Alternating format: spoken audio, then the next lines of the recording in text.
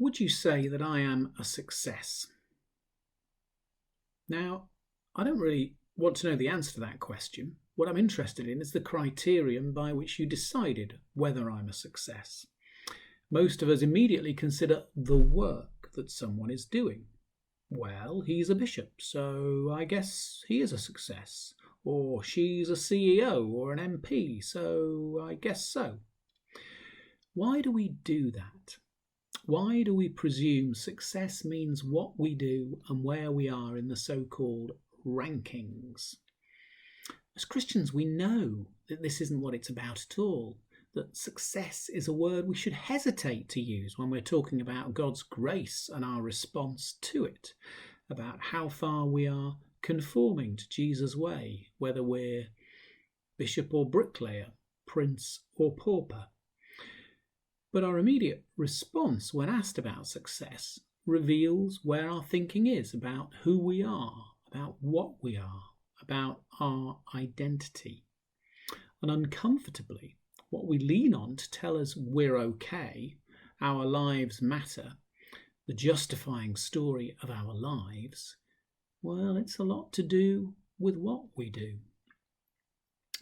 Of course, it's not just career that we lean on as a key source of identity, of being a someone. Another one is our busyness. Just ask the next person you come across how they are doing. The stock reply, sometimes it's fine, sometimes it's well. But these days, the chances are the response might well be busy. Busyness seems to serve now as a measure of how we're doing, how we are advancing. And keeping up with the Joneses now seems to mean trying to out-schedule them. And to be even more successful in this regard, you need not just to be busy, but effortlessly fruitful in your busyness. The University of Pennsylvania made headlines 7 years ago when there were a tragic 6 student suicides in the course of 13 months. The final report from the administration cited something called the Penn face, defined as the practice of acting happy and self-assured even when deeply sad and distressed.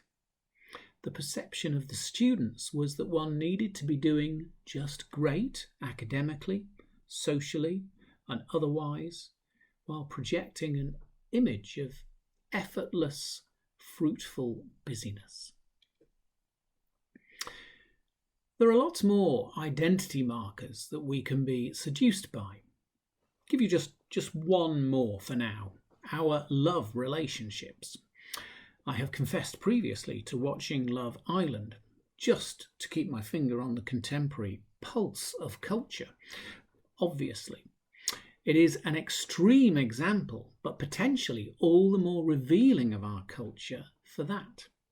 And for those of you uninitiated into Love Island, it brings together lots of young men and women who are supposedly single, and over a few weeks of modelling swimwear in some infeasibly hot paradise, they couple, decouple and recouple until the public has voted them down to one remaining couple who actually win.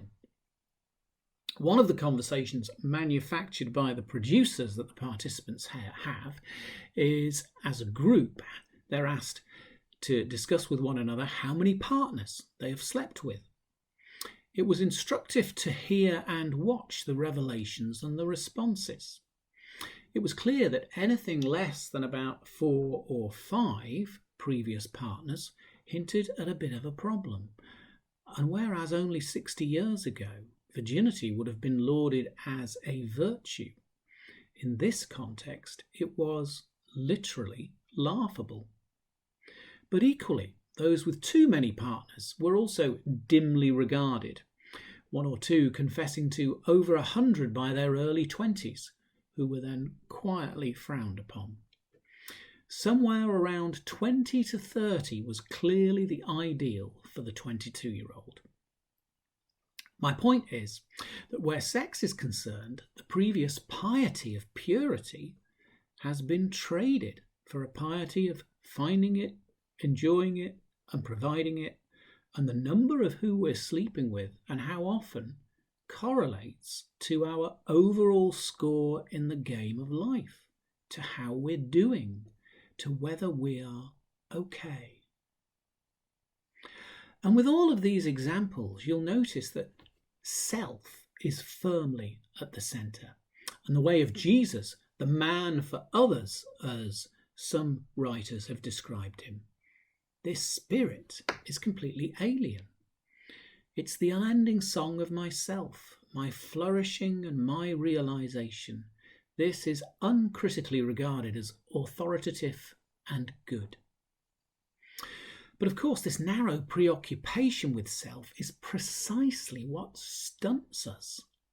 So, for instance, in a truly generative relationship, even if you and your partner hold 95% of life and outlook in common, the other 5% is where the relationship is going to take place. Relationships offering any growth in love inevitably involve frustration, difficulty, and disappointment, these being the very materials for growth. That we are learning in and through all this, not to say, I love you if you don't disappoint me, but rather, I love you in the midst of our mutual disappointments. Appreciating that real love doesn't recoil at weakness, it actually begins there. It does not insist on lovability, but produces it. All of which we see in Jesus. Talking of which, what has any of this to do with today's gospel? Well, I've just sketched a few examples of what in our culture we take to be as authoritative markers of who we are and how we are doing. Career, busyness, relationships. But if Peter's confession of who Jesus is holds water, then this has to become the authoritative marker for who we are, blowing all the other markers out of the water. Just to briefly sketch the backcloth to Peter's confession. In Jesus' time, many Jews believed that God would send an anointed king, a Messiah, who would spearhead the liberation of Israel from oppression and bring justice and peace to the world at last.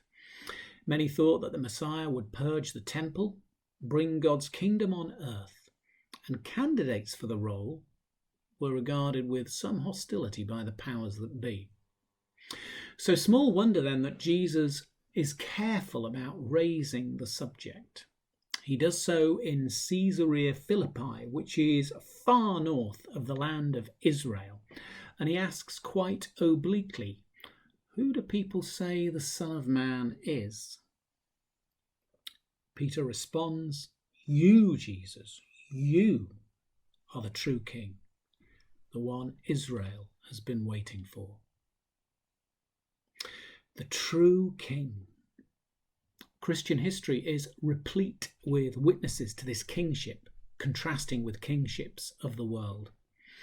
For instance, the nun Edith Stein, martyred in Auschwitz in the Second World War, distilled it well when an SS commandant greeted her with "Heil Hitler," to which her response was what she said to her sisters every morning: "Laudetur Jesus Christus, Jesus Christ be praised." Two kingships colliding.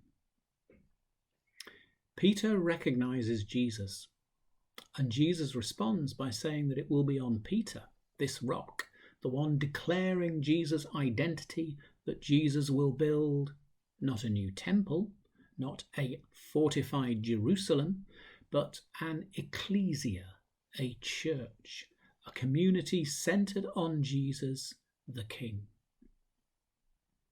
But notice that Peter becomes first among the disciples not because he was the first called or the most successful or impressive, but because he has identified Jesus as the Messiah. And Jesus also indicates trouble is coming. He says hell itself will try to destroy what he has established. But it is not Peter's task to make this church secure or safe or to try to ensure its existence. Rather, it is Peter's task to keep the church true to its mission, which is to witness to the Messiah, to the one who is truly king. And we know from the rest of Peter's story that arriving at a proper understanding of Jesus' kingship takes some considerable journeying for him. What or who rules in our life? What do we take as authoritative, as our guiding light, our North Star? What is it that we lean on to tell us we're okay, our lives matter, we are justified? There are lots of options out there promising wholeness, salvation, redemption.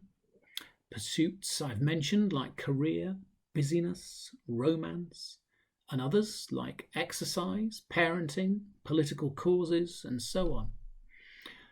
Understood as having kingly authority, they can yield strange fruit: anxiety, loneliness, unhappiness, and worse. The irony is that while people tell me we're living in a secular world, they don't mention how the marketplace in replacement religion is booming. We've never been more pious in our pursuits. We don't go to church every Sunday now, but every hour. In the midst of such a noisy marketplace of options, Jesus still asks us, "Who do you say that I am?" More than ever, we need to heed and hear Peter's confession and make it our own. So, Laudetur Jesus Christus. Amen.